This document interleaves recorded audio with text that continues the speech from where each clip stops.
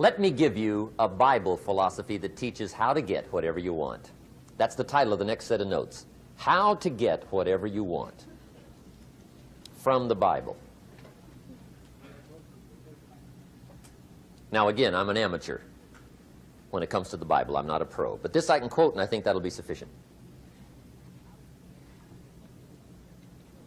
How to get whatever you want. Here's what it says if you're ready. It says, ask.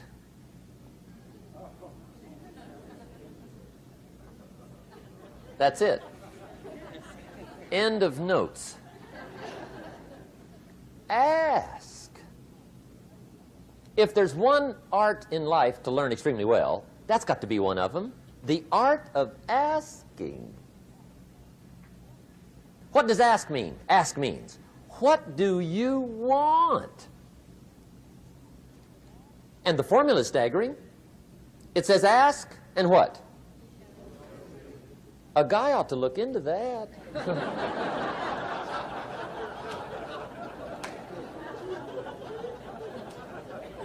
He says, yeah, but you work where I work. By the time you struggle home, it's late. You got to eat a bite of supper, watch a little TV, get to bed. You can't sit up half the night. Ask, ask, ask. And the guys be... See, you've got to be better than a good worker. You've got to be a good asker. Now, let me give you 3 key points on asking and receiving. This can do it.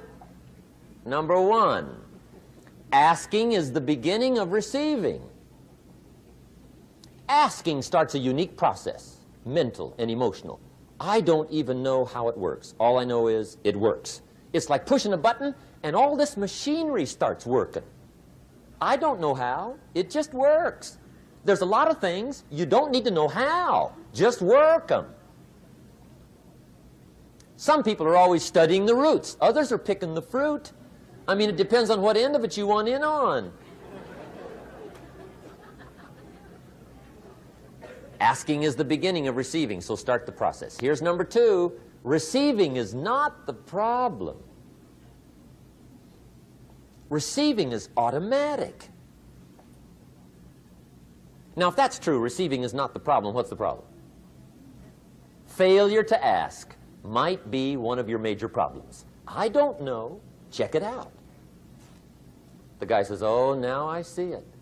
I got up last year and hit it every day, but there's not a scrap of paper with my goals on it. Good worker, poor asker. So you've got to change that. Here's number 3. Receiving is like the ocean. There's plenty, especially in California. It's like an ocean here.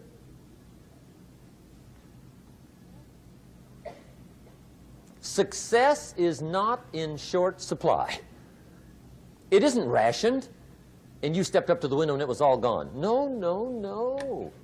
It's like an ocean here. Now, if that's true, what's the problem? Well, some people go to the ocean with a teaspoon. Have you got the picture? See, what you want to do in view of the size of the ocean is trade your teaspoon for at least a bucket, and you'll look better down at the ocean. Kids won't make fun of you, right? Okay. Now, there's 2 ways to ask, and we'll wrap up goal setting. 2 ways. Here's number 1. Ask with intelligence. It didn't say ask intelligently, but I'm sure it meant that. Don't mumble. You don't get anything by mumbling. Be clear. Be specific. Intelligent asking means how wide, how high, how soon, when, what size, what color, how much. Define what you want and describe what you want. That's powerful. In the weekend seminar we teach, goals become like a magnet. They pull you that direction. And the better you describe them, the more they pull. So ask intelligently. Here's number 2. Ask with faith. That's the childish part of the equation. Believe you can get what you want like a child. Not an adult. Adults are too skeptical. So the formula really reads, make plans like an adult and believe in them like a child. And the most incredible things will happen. Just try it for 90 days. Just try it. You can always go back to the old ways. Just try it. Just 90 days, 90 days. Now here's the last qualifying phrase on goal setting, as we promised to qualify everything. And it simply goes like this. Remember, you won't get everything you want. And we've already studied the reason for that. Simply, sometimes it hails on your crop and rains on your parade. It's that kind of planet. So you won't get everything you want, but if you will work this goal-setting formula, you can get plenty for wealth and happiness. Okay, that's goal setting. We use it around the world. We recommend it. Now, maybe it won't work as well for you as it has for me. I don't know. Maybe not. But what if it did? You got to try. Okay. Here's the last subject, the day that turns your life around. Let me just quickly give you a list of 4 emotions that can change your life in one day. Emotions are powerful. Sometimes it doesn't take much to alter your whole life direction.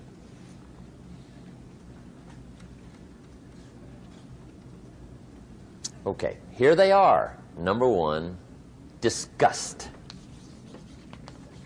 Powerful emotion. Disgust says, I have had it. See, that could be the day. The day you can say, I've had it. And whether you've had it with something small or something major, the day you can say, I've had it, may not be the day it ends, but the day it begins. That's what I said when that little Girl Scout left my door when I'm 25. I give her the big lie, she leaves, I say, I don't want to live like this anymore.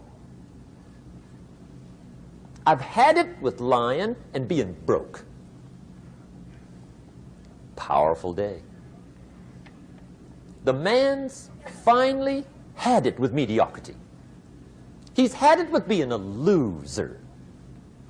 He's finally had it with those awful sick feelings inside, knowing his wife is at the grocery store looking at 2 cans of beans, one marked 37 cents, one marked 39 cents. And the guy sick inside knows his wife's going to buy the 37-cent can, and she doesn't even like the brand. Do you know why she's going to buy the 37-cent can? To save 2 cents. The guy sick inside finally says, I've had it. Being on my knees in the dust looking for pennies, we're not living like this anymore.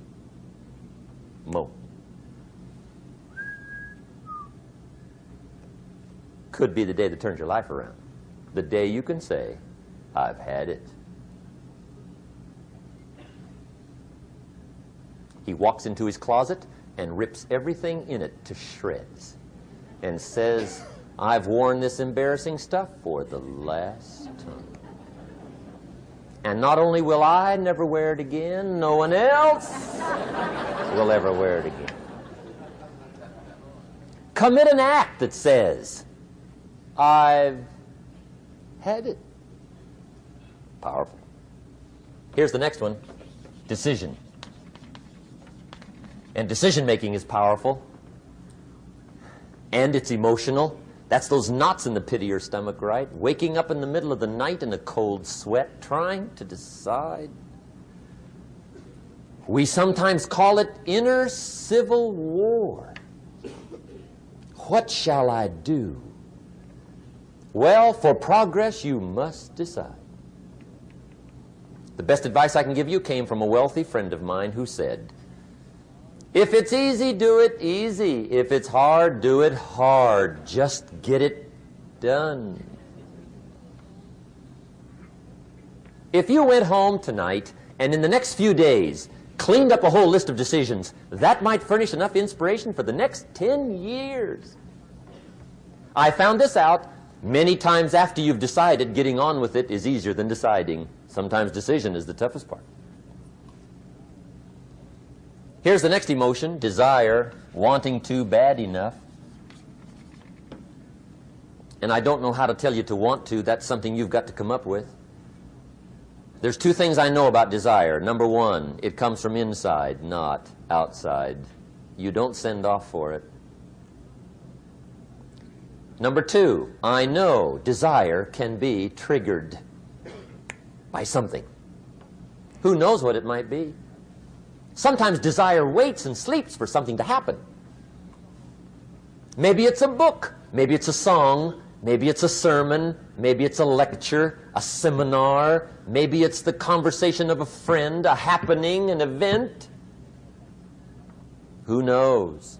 The best advice I can give you is what I give my staff. It goes like this: welcome every human experience. You never know which one is going to turn it all on. Even the bad experiences. Sometimes from the bitterest experience comes the greatest awakening. So let down the barriers, take down the walls. The same wall that keeps out disappointment keeps out happiness. Let life touch you. Don't let it kill you, but let it touch you. Here's the last one. This one's powerful. Resolve. Resolve says, I will. Two of the most powerful words in the language. I will. Benjamin Disraeli once said, nothing can resist a human will that will stake even its existence on the extent of its purpose. Shortly put, I'll do it or die. See, that's powerful. That could be the day that turns your life around. The world has a strange way of stepping aside when somebody says, I'll do it or die. The man says, I will climb the mountain. They've told me it's too high, it's too far, it's too rocky, it's too difficult, it's never been done before, but it's my mountain, I will climb it. Pretty soon you'll see me waving from the top. Or dead on the side, because I ain't coming back.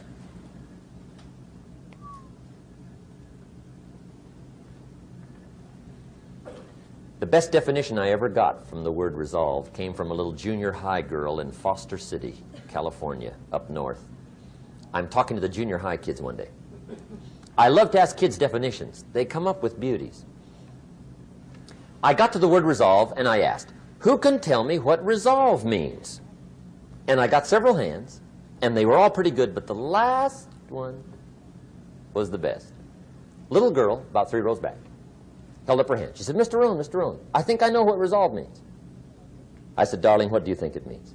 She said, I think it means promising yourself you will never give up.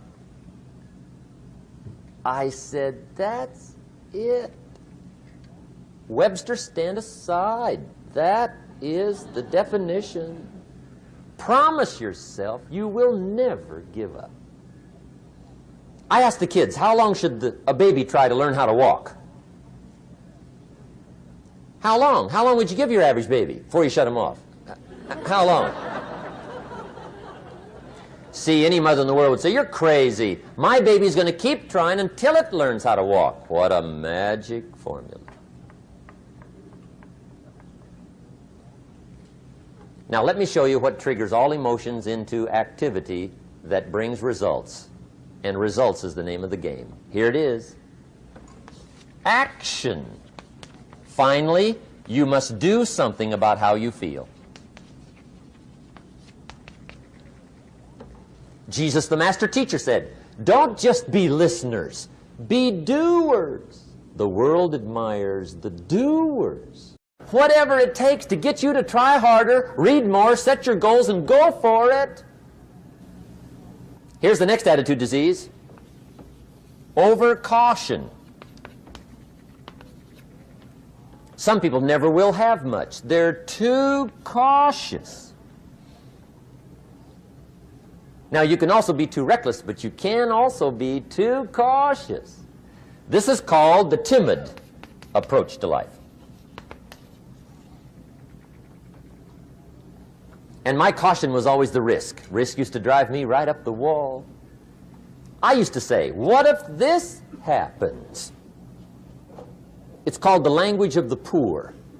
What if this happens? And on top of that, if this was to happen, look at the fix I'd be in. I better not try.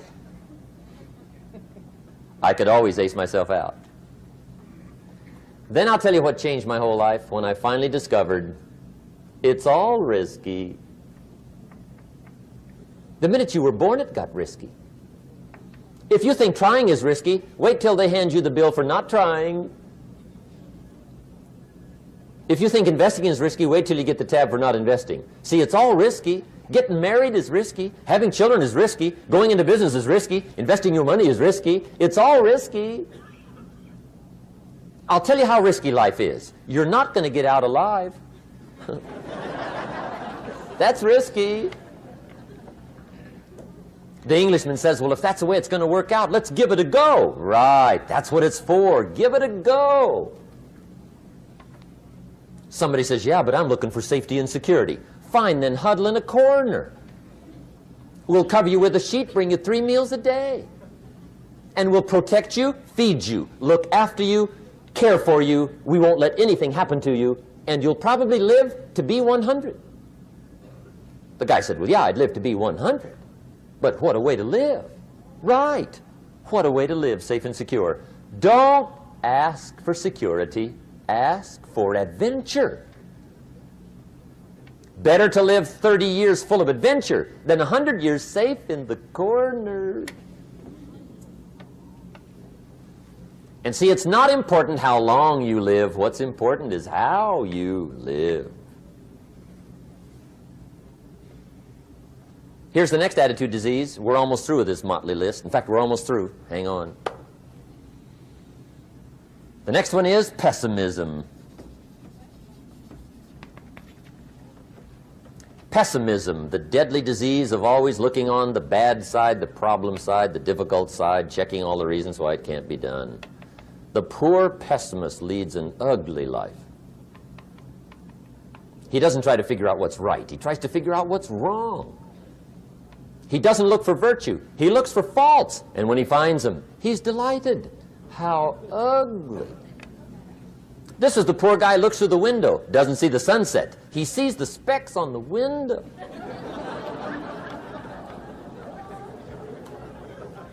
And this is the poor guy, right, who rushes up, takes such leave of his senses. This guy rushes up and he says, I've got 5 good reasons why it won't work.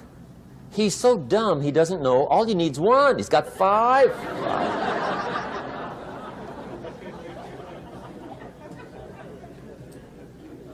To the pessimist, the glass is always half empty.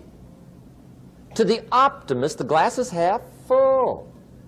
Why would the same measure affect people 2 different ways? Answer, it all depends on how you look at it.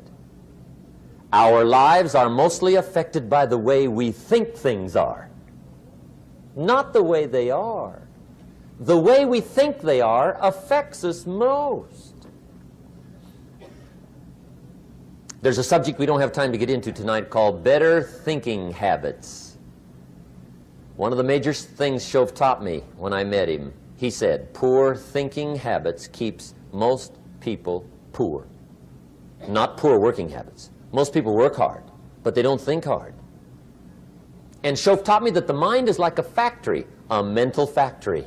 And whatever you think about all day long pours ingredients into this mental factory. And that's what builds the economic, social, financial fabric of your life. He quoted me a Bible phrase that says, as you think, so you become. How awesome. When he talked about poor thinking habits, he had me. I used to start the day reading the morning newspaper. I mean, you can believe that or not. I'd get a cup of coffee and read the paper. I'd load up on wars and riots and murders and stabbings and killings and bank robberies and muggings and car wrecks and tragedies.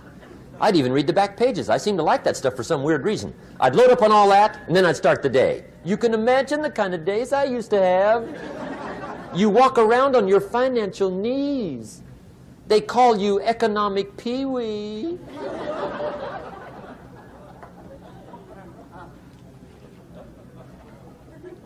The guy says, I want to be a great leader.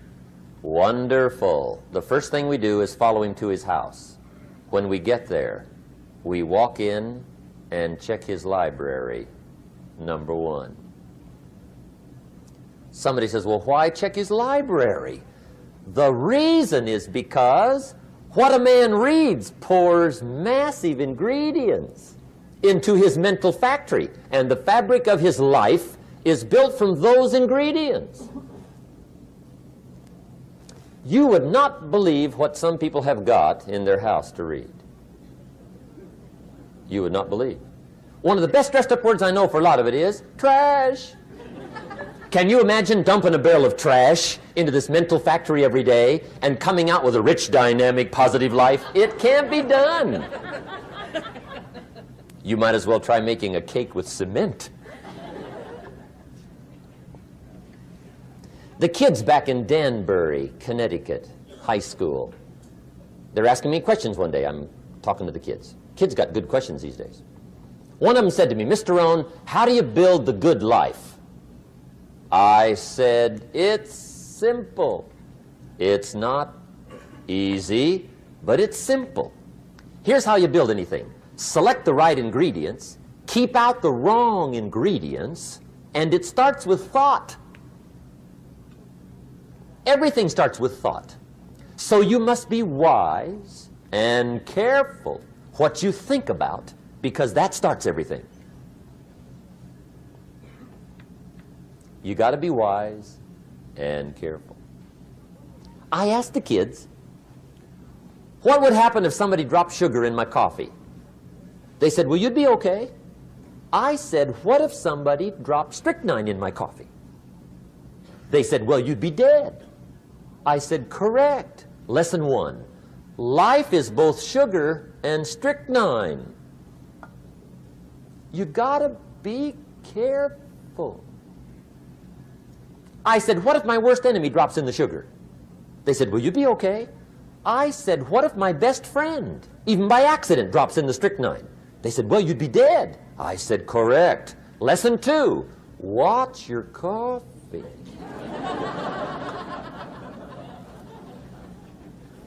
You got to be careful. See, it doesn't matter who hands you the bad stuff. It doesn't matter where you get the bad stuff. It'll still do its damage on your bank account, wherever you get it. Mr. Schoaf gave me one of the greatest phrases when I first met him when he said, Jim, every day stand guard at the door of your mind. How important. Stand guard at the door of your mind. And you decide what goes into your mental factory. Don't let anybody just dump anything they want to in your mental factory, because you've got to live with the results. Okay, here's the last disease, and we're through with this list. In fact, we're almost through. Hang on. The last subject is very brief. The last disease, but this one is deadly. Engage in this one, indulge in it even slightly, and you might as well forget the future, because it's going to forget you. Complaining, crying, whining, griping, a Bible word called murmuring. See, that'll ace your future. Spend 5 minutes complaining, and you have wasted 5. And you may have begun what's known as economic cancer of the bone. Surely they will soon haul you off into a financial desert and there let you choke on the dust of your own regret. I hope I said that well, so you won't forget. It's a deadly disease. If you don't think it's bad, ask the children of Israel of Old Testament fame. Typical of us all, their story just happened to get in the book. Story says, children of Israel were slaves. God performed a series of dazzling miracles and got them out. And now they're heading for the promised land. Remember the story? Heading for the promised land. Tragedy of the story, they never got there. Reason. From day one, they started to complain. They griped about the water. They griped about the weather. They whined and cried and griped about the food. They griped about the leadership. They whined and cried because it was too far, too cold, too hot, too difficult, too miserable. I mean, they whined and cried for years. Finally, God said, "I've had it, trip canceled." Or something like that. The story says they died in the desert, never got to the promised land. Which I think means two things. Indulge in this long enough, you get your future canceled. And I guess it also means even God himself can only take so much.